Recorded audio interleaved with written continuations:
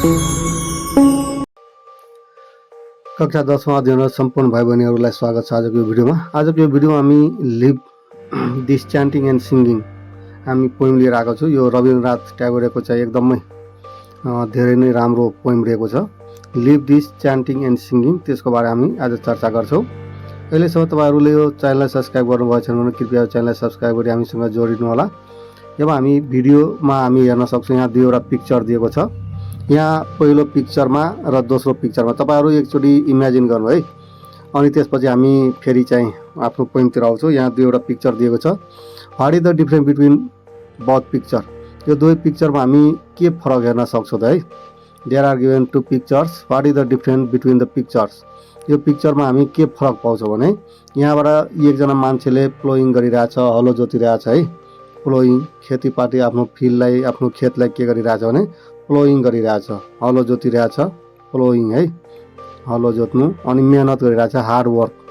अनि अर्को पिक्चरमा हामी के हेर्छौँ भने प्रेइङ गरिरहेछ, भगवानलाई प्रे गरिरहेछ है, पूजा पाठ गरिरहेछ। एउटा केटी चाहिँ यहाँ के गरिरहेछ भने साँझको बेला मानौँ नि प्रेइङ गरिरहेछ, प्रे गरिरहेछ हामी हेर्छौँ है।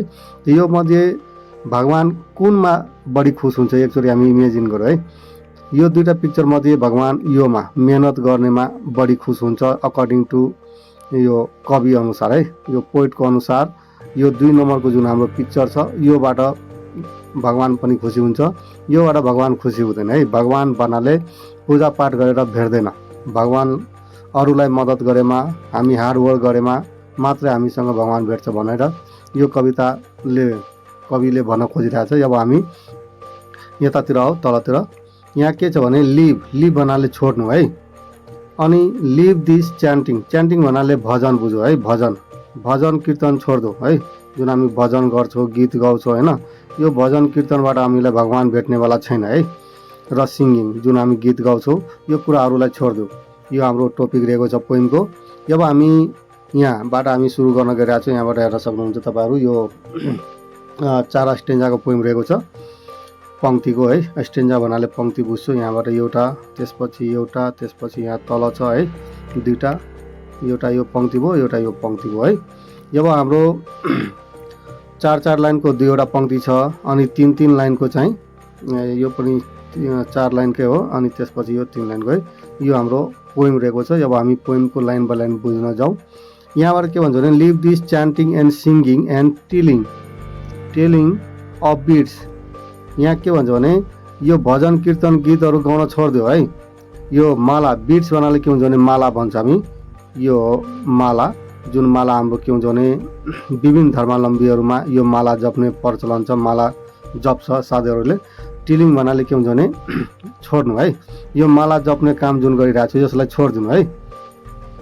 त्यसपछि छ हुम दोस्ट है, हुम दोस्ट थ worship in this lonely dark corner of temple with डोर्स अल सट है।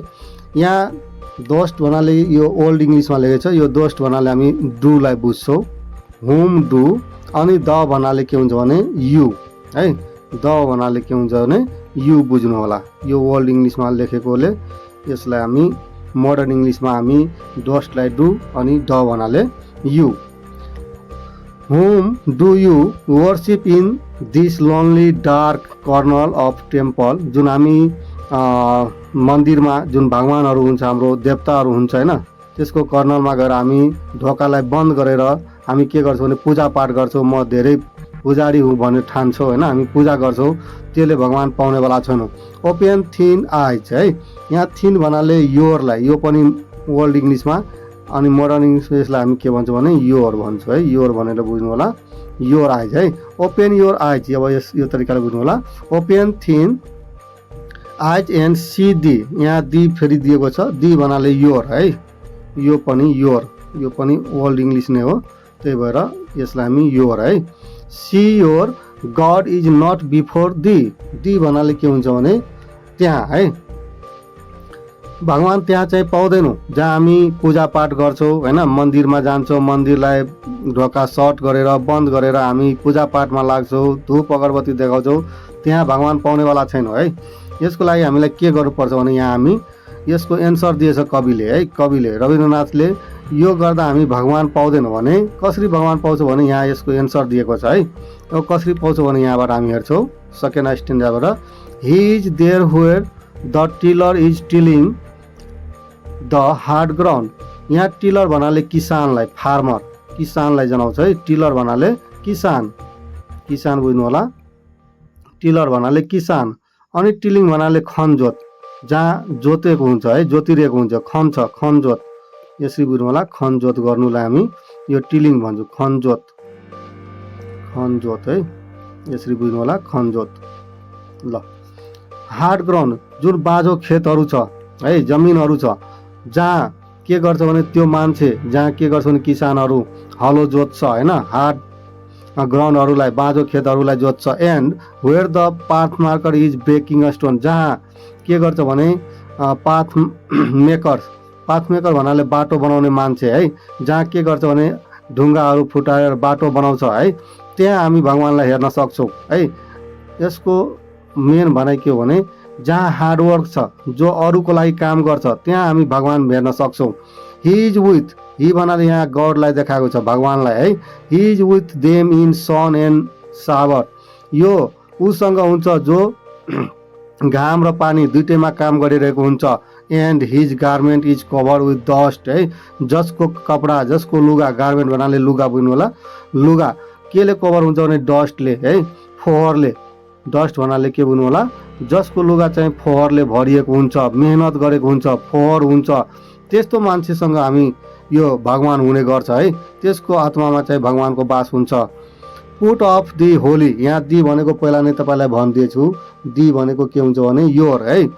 Put off your holy mantle and even like him come down on the डटी सोइल है। र तपाईँ चाहिँ यो जुन हामी जुन होली मेन्टल लगाउँछौँ, मेन्टल भन्नाले यहाँ बुझ्छौँ एक प्रकारको लुगा नै बुझ्यौँ हामी, लुगा है, एक प्रकारको लुगा जुन हामी लगाउँछौँ, लुगा कपडाहरू जुन हाम्रो साधु सन्तले लगाउँछ नि, त्यो लुगालाई छोडिदेऊ, त्यो लुगालाई पुट अफ गर, त्यो लुगा खोल है, त्यो लुगा फुकालेर है। अब तपाईँलाई के गर्नु पर्यो भने आउनुहोस् डस्टी सोलमा है, जहाँ फोहोर छ, जहाँ हार्डवर्क छ है, जहाँ मान्छेहरू मेहनत गरेछ है, त्यस्तोमा आऊ। अनि हामी के गर्न सक्छौँ भने भगवान त्यसको साथमा हुन्छ, भगवान त्यसको सम एनी टाइम हुन्छ है, चाहे त्यो घाम होस् चाहे पानी होस् होइन, त्यति बेला तपाईँसँग भगवान हुनेछ। अर्को स्ट्यान्जामा हामी हेर्छौँ यहाँ डेलिभरेन्स है। डेलिभरेन्स भन्नाले के हुन्छ भने मुक्ति, मोक्ष भन्छ हामी यसलाई, मोक्ष, मोक्ष है, मोक्ष प्राप्त गर्छौँ नि हामी। अब मोक्ष कसरी, मुक्ति कसरी पाउँछौँ त हामी है। मुक्ति के हो त, मुक्तिको लागि हामी के गर्छौँ भने मान्छेहरू होइन, हामी मुक्ति पाउन चाहन्छौँ, हामी मुक्त हुन चाहन्छौँ, हामी भगवानसँग भेट्न चाहन्छौँ, हामी मुक्त भएर भगवाननिर जान चाहन्छौँ, स्वर्ग जान चाहन्छौँ है, राम्रो ठाउँ जान चाहन्छौँ, पाराडाइज जान चाहन्छौँ। त्यो कसरी पाउँछौँ त, where is this deliverance to be found, हामी यो मुक्ति कहाँ पाउँछौँ त, कहाँ खोज्छौँ है। Our master himself has joyful taken upon him the bound of creation, जसले हामीलाई बनाएको छ, क्रिएट गरेछ, क्रिएसन भन्नाले गड है, जसले हामीलाई के गरेछ भने एउटा बाउन्ड बनाएर होइन, एउटा बाउन्डमा, एउटा घेराभित्र राखेको छ है। He is bound with us all forever है, जो हामीसँग सधैँ हुन्छ, फर एभर हुन्छ, हामीसँग, हामीलाई कहिले पनि छोड्दैन। जसले हामीलाई बनाएको छ, हामीलाई कसै न कसैले बनाएको होला होइन, त्यो बनाउने, त्यो हामीलाई कहिले पनि छोड्दैन है। हि इज बाउन्ड विथ अस, हामीसँगै हुन्छ, अल फर एभर, जहिले पनि हाम्रो साथमा हुन्छ। हामी भगवान खोजिरहेको हुन्छौँ, तर भगवान भन्ने चिज हामी भित्रै हुन्छ, हाम्रो आत्मामा हुन्छ, हाम्रो साथमा हुन्छ, हाम्रो राम्रो काममा हुन्छ। यहाँ कविले भन्न खोजिरहेछ हामी जुन कर्म गर्छौँ त्यो कर्मको आधारमा भगवान हाम्रो साथ हुन्छ। Come out of the meditation and leave aside the flower and incense है। अनि तपाईँले जुन कम आउट मेडिटेसन गर्न आउनु है, ध्यान, आत्मामा ध्यान गर्नुहोस् है। हामी मेडिटेसन गर्छौँ, जस्तै कि यसले हाम्रो मेडिटेसनले के गर्छ भने हाम्रो मेन्टल पावर, फिजिकल पावर सबैलाई के गर्छ भने एक्टिभ गर्छ, पावर दिन्छ है।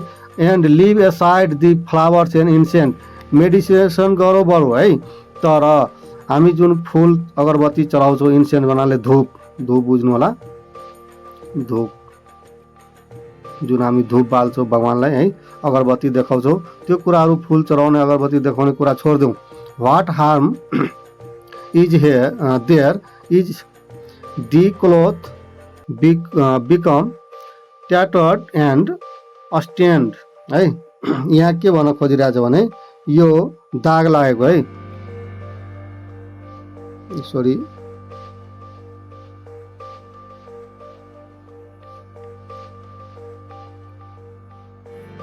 ल यहाँबाट अब हामी हेरौँ यहाँ के भनिरहेछ कविले, what harm is there if the cloth become tattered, tatter भन्नाले फाटेको है, फाटेको ल हामी बुझ्छौँ, लुगा फाटे पनि है, and stand meet him and stand by him in toil, toil भन्नाले कडा परिश्रम है, कडा परिश्रम जहाँ हामी कडा परिश्रम गर्छौँ, परिश्रम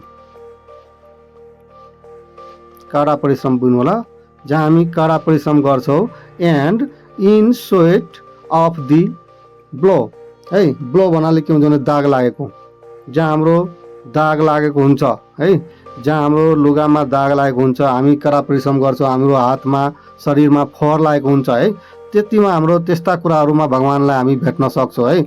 अनि मात्रै हामी यो जुन हामी अगरबत्ती चढाउँछौँ, अगरबत्ती बाल्छौँ, फ्लावरहरू चढाउँछौँ होइन, विभिन्न प्रकारको फुलहरू चढाउँछौँ, त्योबाट भगवान् खुस हुँदैन। यसको लागि हामीलाई कडा परिश्रम गर्नुपर्ने हुन्छ, जो मान्छेहरू कडा परिश्रम गरिरहेको हुन्छ होइन, अनि त्यो जसले चाहिँ शरीरमा दाग लागेको हुन्छ होइन, हातमा खुट्टामा दाग लागेको हुन्छ, कपडा चाहिँ मा फोहोर लागेको हुन्छ, त्यस्तो मान्छेहरूमा यो भगवान् चाहिँ बास गर्छ है, मेहनती मान्छेमा। यसले के भन्न खोजिरहेको छ भने कि हामी पूजापाठ गरेर मन्दिरमा धूप अगरबत्ती बालेर जतिसुकै जे गरे पनि यदि हामी मेहनत गरिरहेको छैनौँ, हामीसँग राम्रो राम्रो लुगा लगाएर हामी मन्दिर जान्छौँ, हामी पूजा गर्छौँ, त्यो देखावटी मात्रै हो, त्यस्तोमा भगवान् पाउनेवाला छैनौँ। यसको लागि हामी त्योहरू छोडिदेऊ, त्यो जति पनि हामी एक्टिभिटिज गरिरहेको छौँ त्यसलाई छोडेर हामीलाई के गर्नु पर्यो भने कडा परिश्रम गरौँ होइन, यहाँ कडा परिश्रम टोइल्स गरौँ। त्यसपछि हाम्रो के छ भने जहाँ हामी मेहनत गर्छौँ, हाम्रो मेहनतको फल के हुन्छ भने मिठो हुन्छ है, अनि त्यहाँ पनि भगवान् के हुन्छ भने हाम्रो काम देखेर, हाम्रो